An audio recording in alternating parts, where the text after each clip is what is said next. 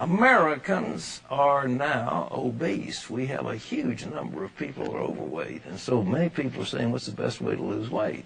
Well, that's a question that many Americans are struggling to get the answer. Our next guest says he found a surefire path to a wellness revolution. Vitamins, health food, exercise, fitness clubs. Despite this growing trend, only a small percentage of Americans really understand what it takes to stay healthy. In 1996, Paul Pilzer, a world-renowned economist, became interested in the field of health and made some significant discoveries of his own. He then wrote the book, The Wellness Revolution. 61% of our population is overweight. And worse than that, 27% is clinically obese. That's overweight at a point where you don't know where to turn. Through his scientific research, Paul found out what you need to know to move from sickness and obesity to vibrant well-being. Paul Zane Pilzer is joining us to share some of his secrets of staying fit. It's in his new book called The Wellness Revolution. And there he is looking like Yul Brynner on the cover, just ready to start in The King and I. Paul, it's good to have you with us. It's great to be here. You are trained as an economist, an economic advisor on a couple of presidential administrations. What got you into wellness, fitness? Well, the same reason I became an economist. Growing up as a child of immigrants in the 1950s in Brooklyn, everyone wanted to know about economic issues. Although my education geared me towards science, I ended up going to Wharton and becoming a professor of economics because my family, my father, his uncles, that's what they wanted information about. They wanted to know how to make a living.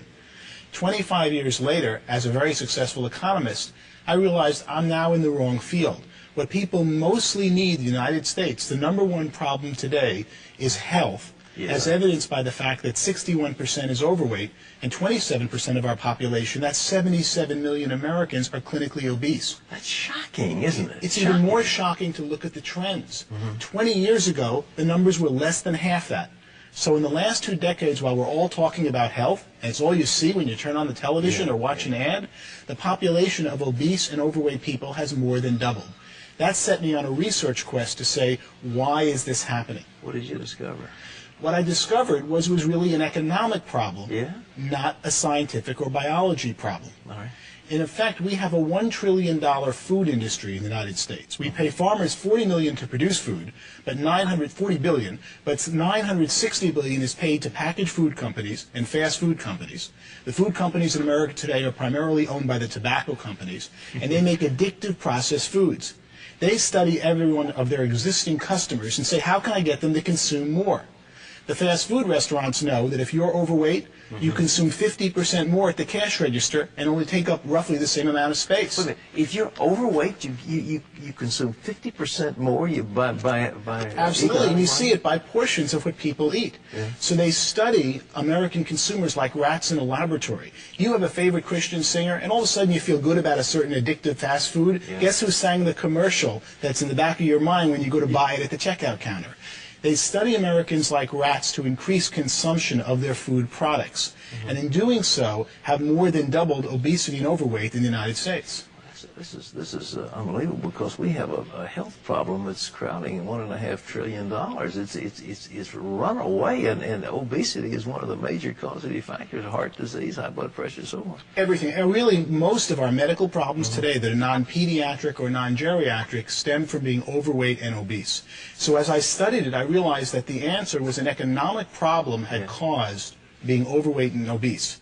As I studied it, I saw America ready for a revolution, a wellness revolution, and that there was a new industry emerging called a wellness industry. We spend $1.5 trillion on medicine, which is really the sickness industry. That's right. It's not really health, it's about when you get sick, they treat the symptoms of your disease. We currently spend, and that's what amazed me the most, $200 billion on wellness, fitness clubs, healthy foods, vitamins and supplements. Most of that didn't exist. When I ran the numbers, I could see that the $200 billion wellness industry, which is primarily today upper-class baby boomers who are consuming them, first thing someone does when they make money is try to get healthy. Oh, yeah. And they get out of the diet and kind of medical care most of us get, and they start getting healthier. And that this $200 billion I projected would grow to a $1 trillion wellness industry by 2010. Well, look, are we finding ourselves, on the one hand, we're gorging on trans fatty acids and greasy hamburgers and greasy fries and carcinogenic products. On the other hand, we're out puffing away on treadmills and lifting weights. I mean, are the same people doing these things, or is it a totally different class of people? It is really different people. And so many people who do get on the treadmills are not getting the right information. The problem is that the food industry controls, in effect, our television. Look at most commercials today for television shows are food companies. Sure. And they try to get their consumers to eat more and more of their existing foods. As the food industry focuses on those who are overweight, they make them more and more overweight. And then when someone says, I want to lose weight, I want to get healthy, they get misinformation out there because they've got this industry that controls our media that is constantly saying, how do I get you to eat more food? What should people do to lose weight? What are the tips? Well, I didn't write a book to come up with tips, but I came up with quite a few in doing my research. All right. The main one is really timing. From the time you're hungry, if you start eating food, your stomach doesn't tell your brain that you've now sated and had enough food until 15 minutes have passed. So you can see why fast food restaurants are so deadly, because you go in there hungry and you keep eating and eating and eating in less than 15 minutes, but it isn't until 15 minutes that your body knows you've had enough.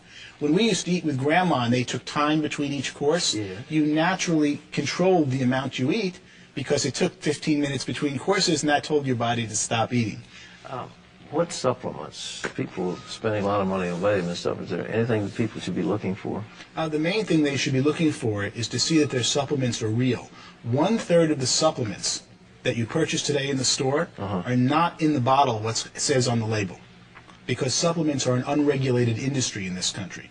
There are several companies that just buy supplements and rate them just for what's in the bottle, and most of the times what you're getting, or about half the times, you're not getting what's on the bottle. So you've got to find a brand that has in the bottle what's on the label. The wellness revolution, how to make a fortune in the next trillion-dollar industry. Where do people make money in this thing? Well, that's what I started to discover. I could see that there were 15 million Americans of 300 million were getting healthier as they aged. You're a great example about that, especially when we see you on television. As you get older, you're stronger, you're better fit. What's going on? It's people who have time to focus on it are seeking out the right products and services to make them healthy. And that's when I could see an emerging $1 trillion wellness industry. One of the most surprising parts of my research was to find that it already reached $200 billion. But if you think of what you now spend on supplements, on fitness, on weight training, and time and money that you never dreamed you even needed 20 years ago. That's exactly right. You are a very typical consumer of this upper crust that's becoming and will become the entire nation, I believe, as this new wellness industry emerges. Well, boy, I hope you're right. But so, ladies and gentlemen, how you could A, be well, and B, make some money at the same time. This book, The Wellness Revolution, where you can get it? It's by Wiley Press. Is it available in bookstores? Should be in every bookstore around the country. Paul, Zane, Pilzer, thank you so much for being with us. Thank you very much. It's a real honor. All right. Terry, what's next?